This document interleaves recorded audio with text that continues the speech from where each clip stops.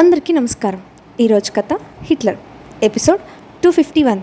కొంచెం ఇష్టం కొంచెం కష్టం.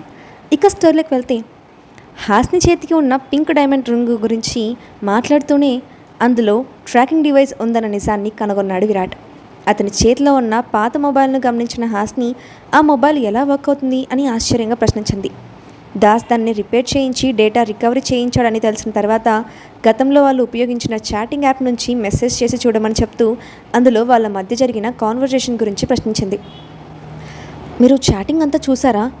చూశాక కూడా మీకు నిజం తెలియలేదా అని బాధగా అడిగింది హాస్ని. ఆ మాటకి ఒక్క క్షణం సైలెంట్ అయిపోయాడు విరాట్. చాటింగ్ అంతా చూశాను కాబట్టే నీతో నేను ఒకప్పుడు ప్రేమగా ఉన్నానని నమ్మాను. మన ఇద్దరి మధ్య జరిగిన కాన్వర్జేషన్ చూసిన తర్వాత ఆ విధంగా మాట్లాడింది నేనేనా అని నా మీద నాకే ఆశ్చర్యం వేసింది. అసలు నేను ఎలా ఇష్టపడ్డానో ఇప్పటికీ అర్థం కావట్లేదు అని ఎటో చూస్తూ చెప్పాడు. ఆ మాటకి కోపంతో బుసలు కొడుతూ మీ అంతటా మీరే కావాలని నా వెంట పడ్డారు. ఆ విషయం మర్చిపోయి నన్నంటే నేను ఊరుకోను. మీరు ఎంత దారుణంగా మాట్లాడతారో నాకంటే బాగా ఎవరికి తెలుసు. మీలో ఉన్న అన్ని కళలు నాకు మాత్రమే చూపించారు. ఒకప్పుడు నా వెంట పడి మరీ నన్ను ప్రేమించేలా చేశారు. కానీ నా కర్మ తగలబడి మీరు మొత్తం గతం మర్చిపోయి నన్ను టార్చర్ చేస్తున్నారు.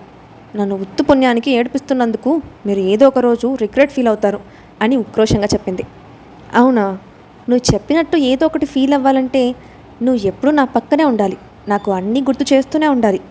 గతం గుర్తొస్తేనే కదా రిగ్రెట్ ఫీల్ అవ్వడమో రివెంజ్ తీర్చుకోవడమో ఏదో ఒకటి చేసేది. కాబట్టి ఈరోజు నుండి అదే పనిలో ఉండు అని కన్నింగా నవ్వుతూ బయటికి వెళ్ళిపోయాడు. ఓ గాడ్, ఈయన నవ్వుకి అర్థం ఏంటో, అసలు నా గురించి ఏమనుకుంటున్నారో ఏంటో అని ఆలోచించుకుంటూనే నిద్రపోయింది. అర్ధరాత్రి వరకు స్టడీ రూమ్లో వర్క్ చేసుకొని గదిలోకి వచ్చిన విరాట్ మత్తుగా నిద్రపోతున్న ఆమెను ఒక్క క్షణం తదేకంగా చూసి నుదుటిన ముద్దు పెట్టుకొని ఆమెను హత్తుకొని నిద్రలోకి జారుకున్నాడు. ఇది ఇలా ఉండగా ఉదయాన్నే అనసూయ దగ్గరికి వెళ్ళిన వసుమతి దగ్గరలో ఉన్న బౌద్ధ స్తూపానికి ఆమెను తీసుకెళ్ళింది. రాజేంద్రవర్మను పెళ్లి చేసుకొని ఆ ఇంటి కోడలుగా వచ్చినప్పటి నుండి ఆ ఇంట్లో ఉన్న వ్యక్తులను మచ్చిక చేసుకోవడం వసుమతికి పెద్ద కష్టం కాలేదు. ఇద్దరు కారులో ప్రయాణిస్తున్న సమయంలో నెమ్మదిగా మాటలు మొదలుపెట్టింది వసుమతి. ఏంటో అక్క, ఈ మధ్యన జీవితం మరీ దారుణంగా మారిపోయింది. నీకేమో విరాట్ గురించి, నాకేమో కావ్య గురించి ఆందోళన సరిపోయింది. తనకు మంచి చేయమని ఆ దేవుణ్ణి మొరపెట్టుకోవడానికి మీతో కలిసి అక్కడికి వస్తున్నాను అని ఆమె భావాలను గమనించడానికి అన్నట్లు ఆగింది వసుమతి. ఇంతలో కావ్యకేమైంది? తను బాగానే ఉంది కదా, ఇంకా ఆందోళన ఎందుకు అని ప్రశ్నార్థకంగా చూసింది అనసూయ. ఏం చెప్పమంటావు అక్క, 2 రోజుల క్రితం హాస్ని ప్యాలెస్కి తిరిగి వచ్చేసి కావ్యను వెళ్ళగొట్టేసింది. పాపం పిచ్చిపిల్ల వచ్చినప్పటి నుండి ఏడుస్తూనే ఉంది. విరాట్ మీద ఎన్ని ఆశలు పెట్టుకుందో అదంతా ఆ వగలమారి హాస్ని వల్ల నాశనం అయిపోయింది. ఆ దిగులుతోనే ఆరోగ్యం పాడు చేసుకుంటూ ఉంది. దాన్ని కనలేదు కానీ చిన్నప్పటి నుండి ఈ చేతులతో పెంచాను. అందుకే ఈరోజు దాని బాధ చూడలేకపోతున్నాను. మీరే ఏదో ఒకటి చేయాలక్క అని లేని కన్నీళ్లు తుడుచుకుంది వసుమతి. ఇంత జరుగుతూ ఉంటే ఇప్పటి వరకు చెప్పకుండా ఏం చేస్తున్నారు? సర్లే, నేను ఏదో ఒకటి చేస్తాను. అప్పటి వరకు మీరు సైలెంట్గా ఉండండి. అనవసరంగా ఏదో ఒకటి వాగి విరాట్ దృష్టిలో పడద్దని కావ్యకు చెప్పు అని స్పష్టంగా చెప్పింది అనసూయ. ఆమె నుండి కావాల్సిన సమాధానం రావడంతో తృప్తిపడి కాసేపు మాట్లాడి అక్కడి నుండి వెళ్ళిపోయింది వసుమతి. నువ్వు ఇక్కడికి వచ్చింది కేవలం ఆ విషయం చెప్పడానికి కదా? ఆ విషయం నాకు తెలియదు అనుకున్నావా? హాస్ని విషయంలో నాకున్న ఇష్టం అడ్డం పెట్టుకొని నీకు నచ్చినట్లు సాధించుకోవాలని అనుకుంటున్నావు. నాకు కూడా కావ్యను కోడలుగా చేసుకోవడం ఇష్టం కాబట్టే నిన్ను చూసి చూడనట్టు వదిలేస్తున్నాను. కానీ సమయం వచ్చినప్పుడు నీ పనులకు ఖచ్చితంగా సమాధానం చెప్తాను అని మనసులో అనుకుంది అనసూయ. ఇంటికి చేరుకున్న వసుమతి నేరుగా గార్డెన్లో ఉన్న కావ్య దగ్గరికి వెళ్ళి అనసూయతో జరిగిన డిస్కషన్ చెప్పింది. ఆమెకు చెప్పినా పెద్దగా ఉపయోగం ఉండదు. కానీ మళ్ళీ ప్యాలెస్లో అడుగు పెట్టాలంటే మనకు ఆమె అవసరం చాలా ఉంది. వీలైనంత తొందరలో ఆమె ఏదో ఒక మార్గం ఆలోచించి నాకు తప్పకుండా కాల్ చేస్తుంది. అప్పటి వరకు నేను కాస్త జాగ్రత్తగా మాట్లాడితే సరిపోతుంది అని తన అభిప్రాయాన్ని వ్యక్తపరిచింది కావ్య. నువ్వు చెప్పింది నిజమే, కానీ ఈరోజు ఎందుకు ఆమె వ్యవహారం కాస్త తేడాగా అనిపించింది. ఎప్పుడు నీ టాపిక్ వచ్చినా కన్సర్న్ చూపించే ఆమె ఈరోజు పెద్దగా స్పందించలేదు. అసలు హాస్ని ప్యాలెస్కి తిరిగి వచ్చిందంటే కొంచెం కూడా ఆవేశపడలేదు. అందుకే తన ప్రవర్తన చూసి నీ మీద కోపంతో అలా అనిపిందేమో అని అనుమానం వచ్చింది. వీలైతే ఒకసారి మాట్లాడు. ఆమె మన గ్రిప్లో ఉంటేనే మనం అనుకున్నది సాధించగలం అని హితవు పలికింది. మీరు కంగారు పడకండి అత్తయ్య, ఆమె ఎప్పుడూ నన్ను పనికిరాని దాని కింద జమ కట్టినా నాకు వచ్చే నష్టమేమీ లేదు. ఫోన్లో ప్రేమ కురిపిస్తూ 2 సెంటిమెంట్ డైలాగులు కొడితే మళ్ళీ నా ట్రాప్లోకి వచ్చేస్తుంది. కాబట్టి వర్రీ అవ్వాల్సిన అవసరం ఏం లేదు అని కాన్ఫిడెంట్గా చెప్పింది కావ్య. ఏమోనమ్మా, ఆ హాస్ని చాలా తెలివైంది. ఇంతమంది ఉండి కూడా ఒంటరిగా ఉన్న ఆమెను ఏమీ చేయలేకపోయాం. ఇక రేపో మాపో విరాట్కి గతం గుర్తొస్తే మన పని అంతే అని నిట్టూర్చి హాస్పిటల్లో ఉన్న డాక్టర్కు సంబంధించిన ఇన్సిడెంట్ గుర్తు చేసింది వసుమతి. మరుసటి రోజు హాస్ని నిద్ర లేచేసరికి విరాట్ ఆఫీస్కి వెళ్ళిపోయాడు. అతనిచ్చిన పనిష్మెంట్ మర్చిపోయి మరీ సరితతో కావాల్సినవన్నీ చేయించుకుంది హాస్ని. కానీ డైనింగ్ టేబుల్ దగ్గర తింటే అతనికి తెలిసిపోతుందని ఒక బ్యాగ్లో ఫుడ్ ఐటమ్స్ అన్నీ ప్యాక్ చేసి తన గదిలోకి తీసుకురమ్మని సరితకు చెప్పింది. కాసేపటి తర్వాత ప్యాక్ చేసిన ఫుడ్ బ్యాగ్ గది తీసుకువచ్చిన సరిత అన్నిటినీ టేబుల్ మీద అరేంజ్ చేసి బయటకు వెళ్ళిపోయింది. అమ్మయ్య, ఆ వాసనకి కడుపు నిండిపోతుంది.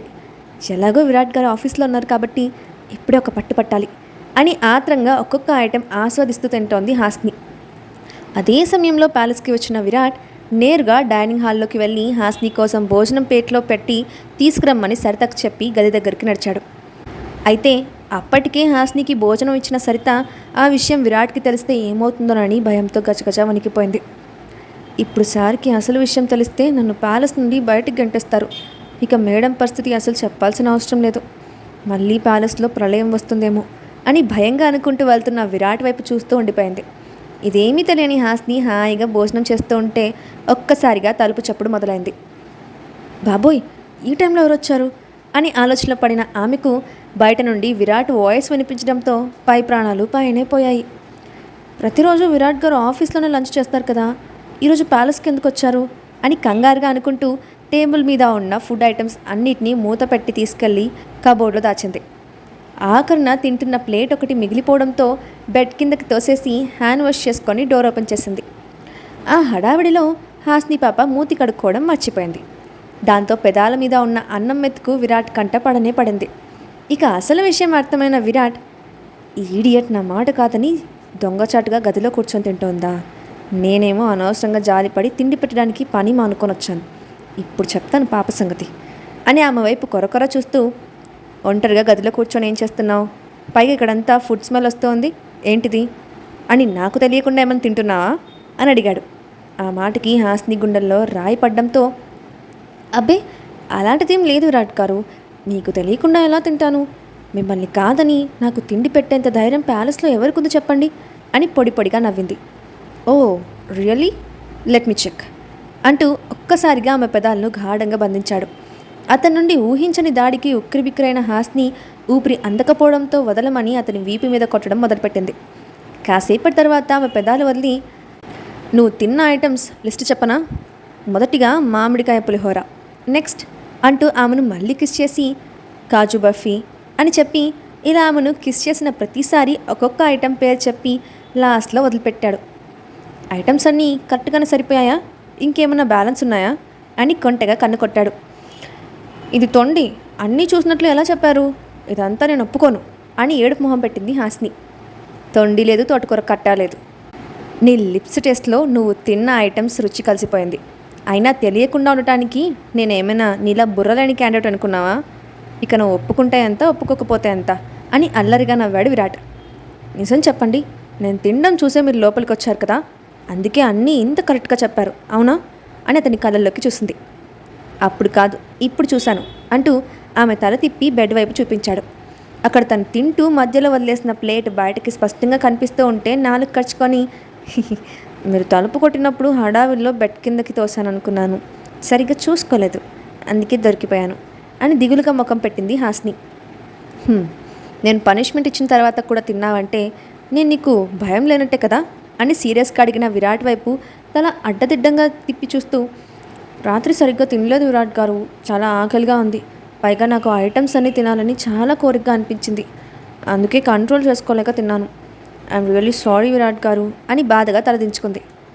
ఇట్స్ ఓకే, తినడం తప్పు కాదు, ఆ విషయం నాకు తెలియకుండా దాచాలనుకోవడం తప్పు, నువ్వు ఫుడ్ తినకుండా ఉండిపోతావని పని మానుకొని వచ్చాను, ఇప్పటికే చాలా ఆలస్యమైంది, వెళ్ళి తిను అని బయటకు నడిచాడు.